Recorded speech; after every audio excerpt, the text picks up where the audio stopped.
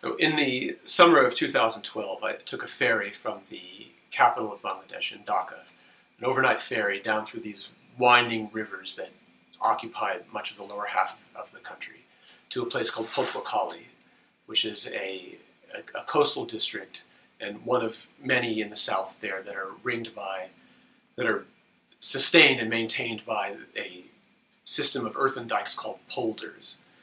The polders prevent the tide from coming in every day and washing across everyone's land, which is how people lived there for hundreds of years. In the 60s and the 80s, these polders came up and allowed people to live what we would consider normal lives. You know, it brought roads, it brought electrification, it allowed the people to not only survive, but to advance themselves to some degree.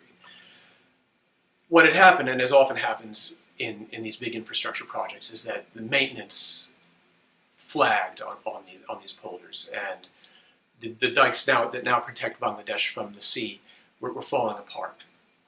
I'd heard of a program where the dikes had been restored, and restored in a way that also allowed people to get some money in their pockets to advance materially and even democratically. And here's how they did it: they paid local laborers, landless laborers, to maintain the dikes and repair them, and to repair irrigation canals that had been silted over. And this created a burst of productivity.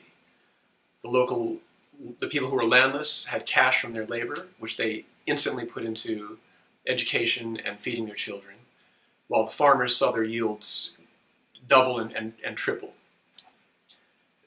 It was an extraordinary thing to happen, particularly in a country where so much of the infrastructure is centralized.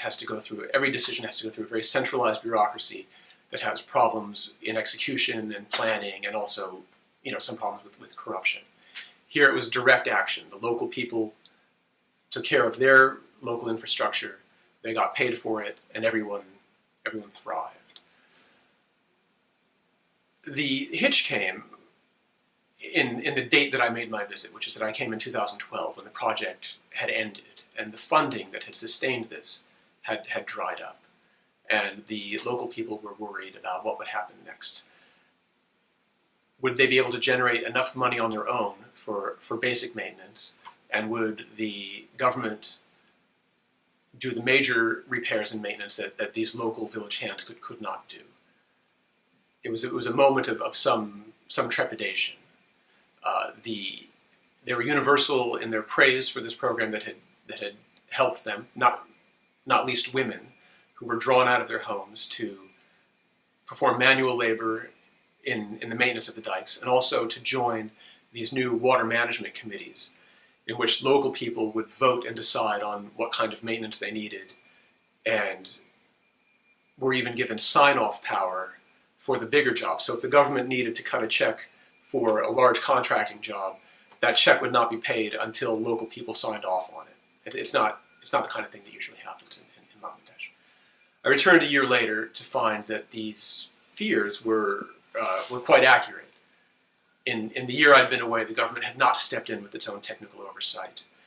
The local people were not able to generate enough money for their own small bore maintenance, and fields were becoming waterlogged, incomes were plummeting. People who had sent their children to school were now withdrawing them from school. They couldn't afford the fees. What's next for these people is another program that seeks to consolidate the gains of the past 8 years and broaden them with a new focus on entrepreneurship, access to markets, to make each of these small townships, which each of them ringed by an earthen dike, more productive, and allow them to have enough money as a community to pay for their own maintenance, pay for their own structural integrity, and allow them to continue this trajectory of ambition and material gain. We'll see if it works.